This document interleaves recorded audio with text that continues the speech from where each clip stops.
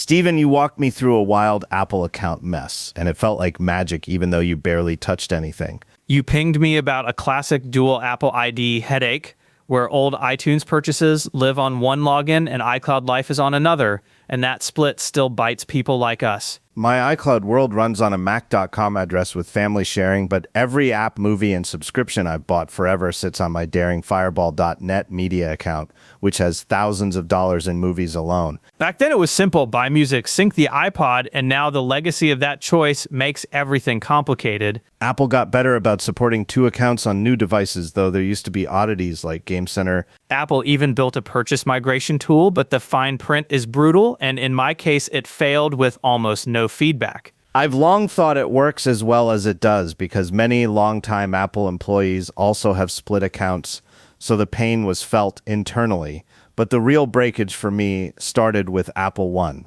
Apple One is a solid bundle on price, but it blends media and iCloud in a way that clashes with two identities, and storage gets weird fast. Do the math, and Apple One Premier is a bargain versus buying music, TV, arcade, news, fitness, and 2 terabytes of iCloud a la carte. News Plus alone covers my Wall Street Journal habit.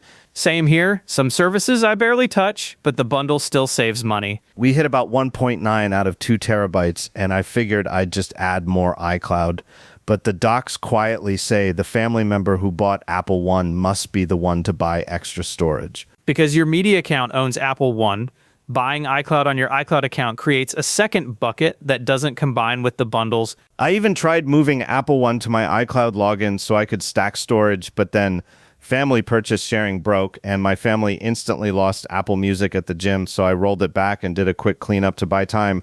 The workaround is to add your media purchases Apple ID as an actual member of your family sharing group, enable purchase sharing, and let that account buy the extra iCloud so it stacks with Apple One. It costs you a family slot, and some apps do not allow family sharing, so I rebought a few, and I renamed my old account Legacy Steven, so it's clear what it is. I hunted around, and your 512 pixels post was the only clear write-up I found. I worried Apple would block adding myself twice, but it worked. Once purchase sharing is on, it's impressively transparent across devices, though some categories like weather often skip family sharing for cost reasons. To actually buy iCloud on the media account, I signed that ID into iCloud on a spare iPhone, purchased 2 terabytes, assigned it to the family, and bam, 4 terabytes showed up everywhere, while my media account uses basically no space. I went further and made my iCloud account the only one I use daily, left the old media account in the family just for legacy purchases, and stopped buying anything new on it. If Apple One isn't offered where you live, you won't hit this exact snag, but Apple One's special blend of media and iCloud is the root of this trap, and Apple could fix it by selling higher storage tiers inside Apple One. That would have saved you a couple days of chasing ghosts. Why not merge accounts? I avoided it because my setup worked, but also because the migration rules are strict and my media email is tied to tons of test flight apps. I tried migrating and it still failed, and test flight music libraries on both accounts and other edge cases make it a slog. So the ugly but reliable fix is adding my second self to the family and buying storage on that account, or dropping Apple One and paying more piecemeal. I now have a Phantom John in family sharing.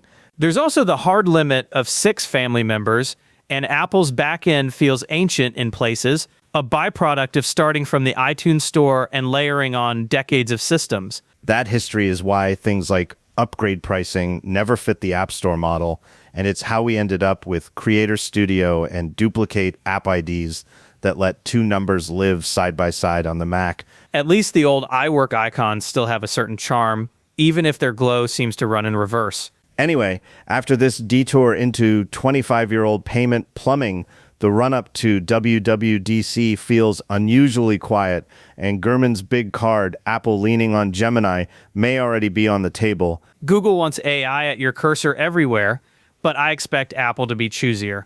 Let me flip switches without breaking apps, because they usually design around features, not hype. I do not want wall-to-wall AI. They should place it with intent, make the writing tools fast and useful when I select text, and let me turn them off cleanly. The cutesy image stuff never felt worth the focus. Their restraint on deepfakes is good, though. There is space between today's weak output and anything creepy. Honestly, they could skip photorealistic generators entirely. It is expensive and ethically messy. If they do it, it must be best in class, which clashes with a stance of keeping it tame. So I hope the keynote makes Apple Intelligence a headliner without swallowing the show. They still have to push the platforms and first-party apps forward. Last year, they buried solid updates. This time, I expect a tighter story that avoids big promises and feels more genuine. On UI, I have been hard on macOS Tahoe, but I like the liquid direction on touch devices. The watch did not need it, yet Apple can frame last year as the groundwork and now tune the details without saying they blew it. That is exactly how they will pitch it. It sings on iPhone, and I bet macOS 27 looks cleaner in demos, even if they do not call it out. I love that they openly fixed the Photos front page after feedback. People just wanted recents up front. If macOS 27 lands, I will explain why it is better. Photos was a universal win because almost everyone relies on it. You cannot avoid it.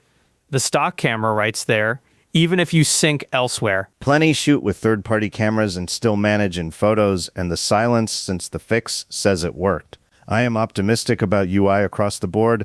Alan Dye moving on invites reflection, not a purge, and under Craig, everything now ships the same year, even if iPhone leads. We have seen that pattern before, like when iOS 7 modernized first and the Mac followed later. Year one showed the limits and that the design was iPhone first, with iPad late and rough. Anything else before we wrap? No, it is a fun stretch every year, more complex each time, and I am hopeful they nail this one. Same here. AI is roaring, but the rules feel clearer now. Operating systems still matter, and this is a step change we adapt to, not a replacement.